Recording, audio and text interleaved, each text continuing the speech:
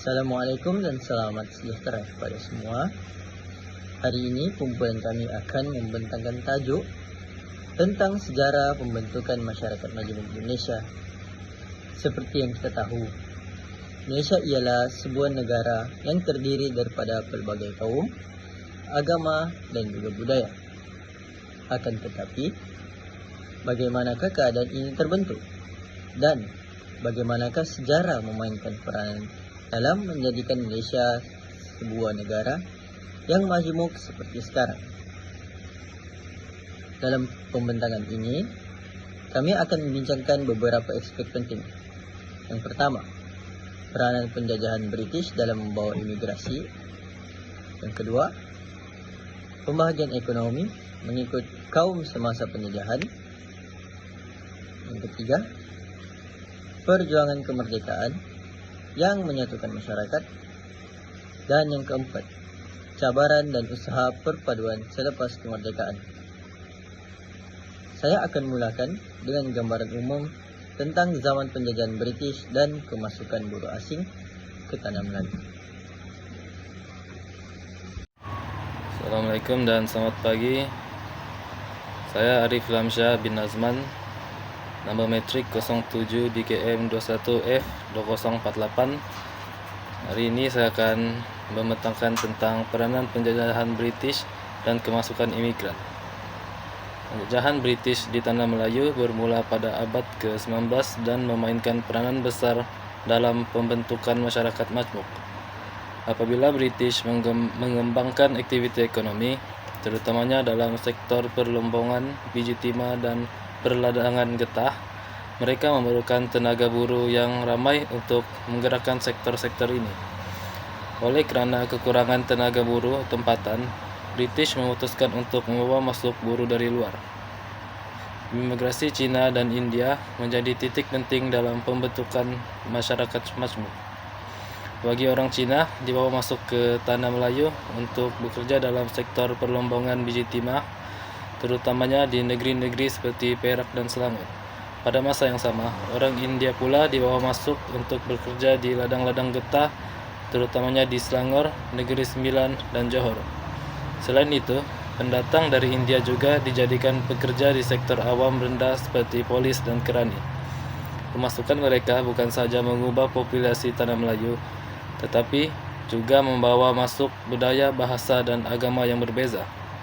Walaupun pada awalnya kedatangan mereka adalah untuk tujuan ekonomi, ramai dalam kalangan mereka akhirnya menetap di sini dan keturunan mereka menjadi sebahagian daripada masyarakat kita hingga ke hari ini.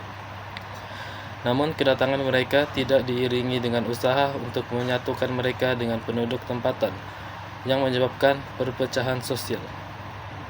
Saya Muhammad Hafizuddin bin Ashran, nomor matriks 07 DKM 21F 2055. Saya akan membentangkan tentang sistem ekonomi dan pemisahan kaum. Selain daripada membawa masuk buruh asing, British juga memperkenalkan sistem ekonomi yang membahagikan masyarakat mengikut kaum. Ini dikenali sebagai dasar pecah dan perintah.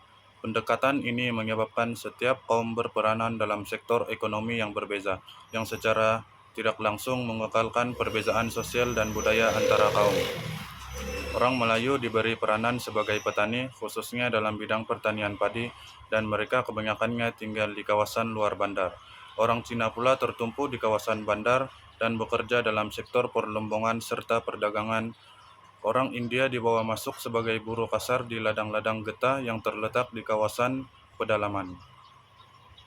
Pemisahan ekonomi ini menyebabkan interaksi antara kaum menjadi terhad, kerana setiap kaum tinggal di kawasan yang berbeza dan menjalani kehidupan sosial yang berbeza.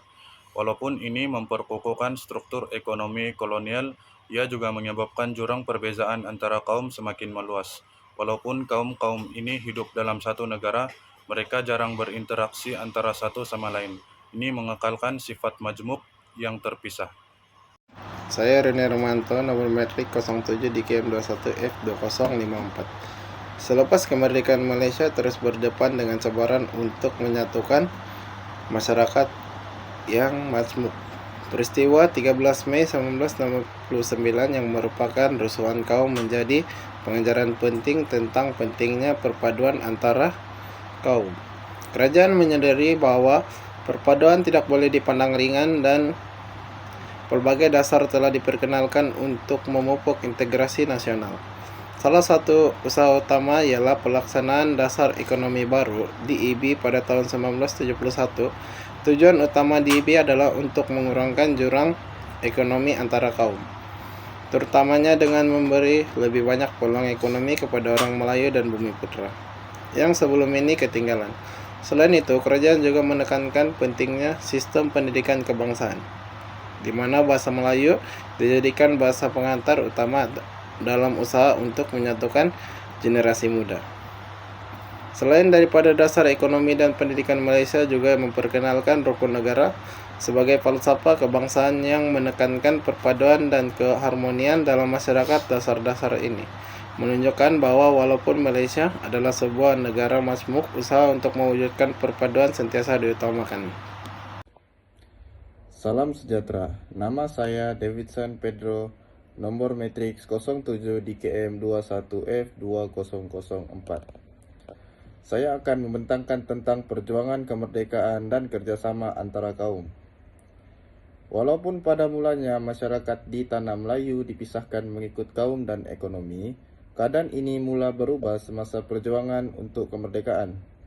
Pada waktu ini, masyarakat mula menyadari kepentingan bekerja sama untuk mencapai matlamat yang lebih besar, yaitu membebaskan negara daripada penjajahan British. Satu peristiwa penting ialah penubuhan perikatan, yaitu gabungan parti politik yang terdiri daripada UMNO, MCA, dan MIC. Parti-parti ini mewakili 3 kaum terbesar di Tanah Melayu, yaitu Melayu, Cina, dan India. Mereka bersatu atas dasar yang sama, yaitu memperjuangkan kemerdekaan dan kepentingan masyarakat masing-masing. Kerjasama ini membawa kepada kejayaan dalam rundingan kemerdekaan. Dan akhirnya, Tanah Melayu mencapai kemerdekaan pada 31 Ogos 1957. Walau terdapat perbezaan antara kaum, perjuangan kemerdekaan membuktikan bahawa perpaduan dalam dan kerjasama boleh diwujudkan. Kemerdekaan yang dicapai ini bukan saja milik satu kaum tetapi milik semua rakyat Tanah Melayu. Terima kasih.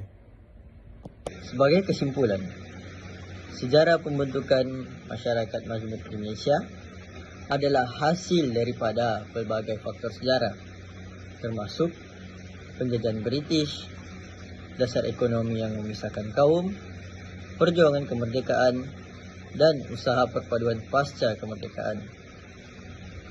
Meskipun cabaran dalam hubungan antara kaum sentiasa ada, Malaysia telah menunjukkan bahawa perpaduan boleh dicapai melalui usaha yang berterusan. Masyarakat majmuk kita adalah satu kekuatan dan penting untuk kita terus menjaga keharmonian dan saling menghormati demi masa depan negara yang lebih baik. Sekian sahaja daripada kami. Terima kasih.